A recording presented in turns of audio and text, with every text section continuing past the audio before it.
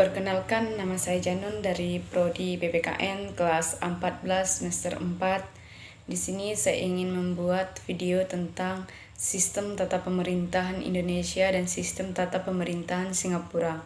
Video ini dibuat untuk memenuhi tugas mata kuliah sistem tata pemerintahan.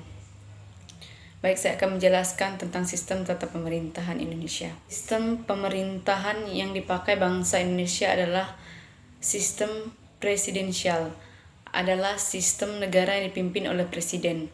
Presiden adalah kepala negara sekaligus kepala pemerintahan. Presiden dan wakil presiden dipilih secara langsung oleh rakyat melalui pemilihan umum atau pemilu. Sistem pemerintahan merupakan suatu sistem sebagai alat untuk mengatur jalannya pemerintahan sesuai pada kondisi negara dengan tujuan menjaga kestabilan negara. Sistem tersebut terdiri dari berbagai macam komponen dan menjadi satu kesatuan tidak dapat dipisahkan. Masing-masing komponen menjalin kerjasama yang kuat, memiliki keterkaitan satu sama lain yang memiliki satu tujuan dan satu fungsi dari pemerintahan. Presiden berhak menjalankan pemerintahannya diawasi oleh parlemen.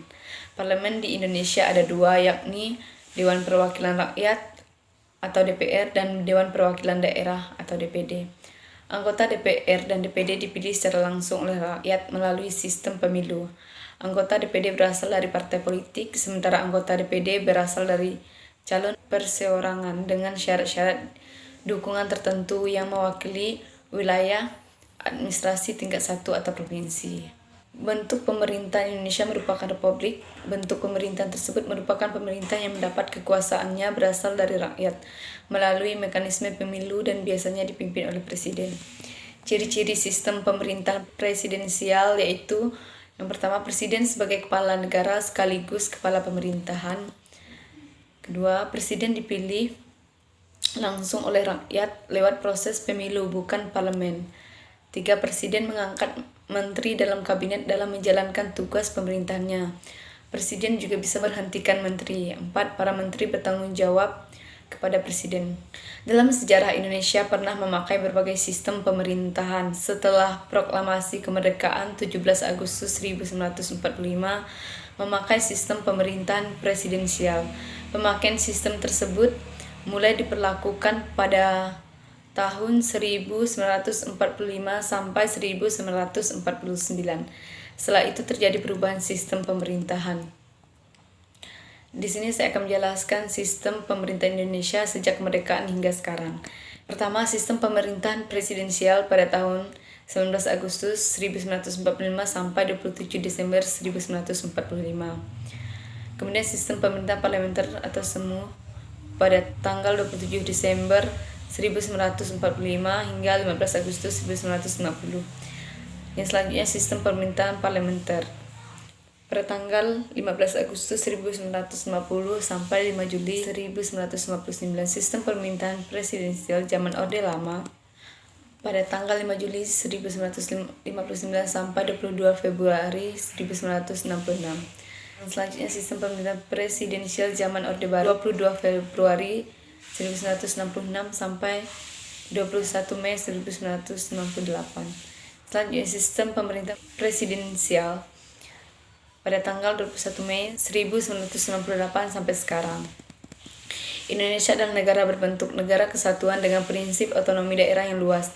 Negara kesatuan adalah negara bentuk negara berdaulat yang diselenggarakan sebagai satu kesatuan tunggal. Negara kesatuan menempatkan pemerintahan pusat sebagai otoritas tertinggi, sedangkan wilayah-wilayah administratif di bawahnya hanya menjalankan kekuasaan yang dipilih oleh pemerintah pusat untuk didelegasikan wilayah administratif di dalam negara Indonesia. Saat ini terbagi menjadi 34 provinsi. Pemerintahan Indonesia terdiri dari 3 cabang kekuasaan pemerintahan. Yang pertama, lembaga eksekutif, yaitu kabinet pemerintahan meliputi presiden dan menteri-menteri. Yang kedua, lembaga legislatif, yaitu MPR, DPR, dan DPD. Yang ketiga, lembaga yudikatif, yaitu Mahkamah Agung dan Mahkamah Konstitusi. Dari ketiga cabang kekuasaan tersebut yang bertanggung jawab atas tata kelola bangsa dan pembuatan undang-undang, yaitu eksekutif dan legislatif. Pemerintahan Indonesia adalah lembaga eksekutif berupa kabinet pemerintah yang bertanggung jawab atas tata kelola pemerintahan sehari-hari. Selanjutnya saya akan menjelaskan tentang sistem pemerintahan di Singapura. Sistem pemerintahan Singapura adalah sistem demokrasi parlementer dengan model Westminster. Bentuk negara Singapura adalah parlementer demokratis, perwakilan republik.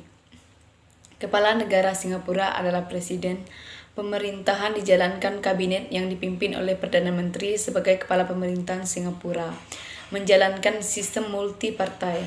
Kekuasaan eksekutif dilaksanakan oleh kabinet. Kabinet memiliki kewenangan mengendalikan pemerintahan dan bertanggung jawab secara kolektif kepada parlemen. Seperti kebanyakan negara di dunia saat ini terdapat 3 cabang terpisah dari kekuasaan pemerintahan, yaitu legislatif, eksekutif, dan yudikatif. Namun hal tersebut tidak berarti bahwa ada pemisahan kekuasaan di Singapura. Tanggapan saya mengenai sistem tata pemerintah Indonesia dan Singapura adalah bahwa sistem pemerintahan di Indonesia sudah mulai baik meskipun belum terlaksana dengan sempurna. Tentunya di setiap sistem pemerintahan digunakan oleh setiap negara memiliki kekurangan dan kelebihan. Sistem tata pemerintahan di Singapura sendiri pun sudah baik, tetapi pastinya masih memiliki kekurangan. Oleh sebab itu, yang diterapkan di negara Singapura dan Indonesia sebenarnya sama-sama baik, cuma pelaksanaannya di dalam kehidupan berbangsa dan bernegara di Indonesia sendiri belum terlaksana sepenuhnya dengan baik. Namun sudah mulai baik.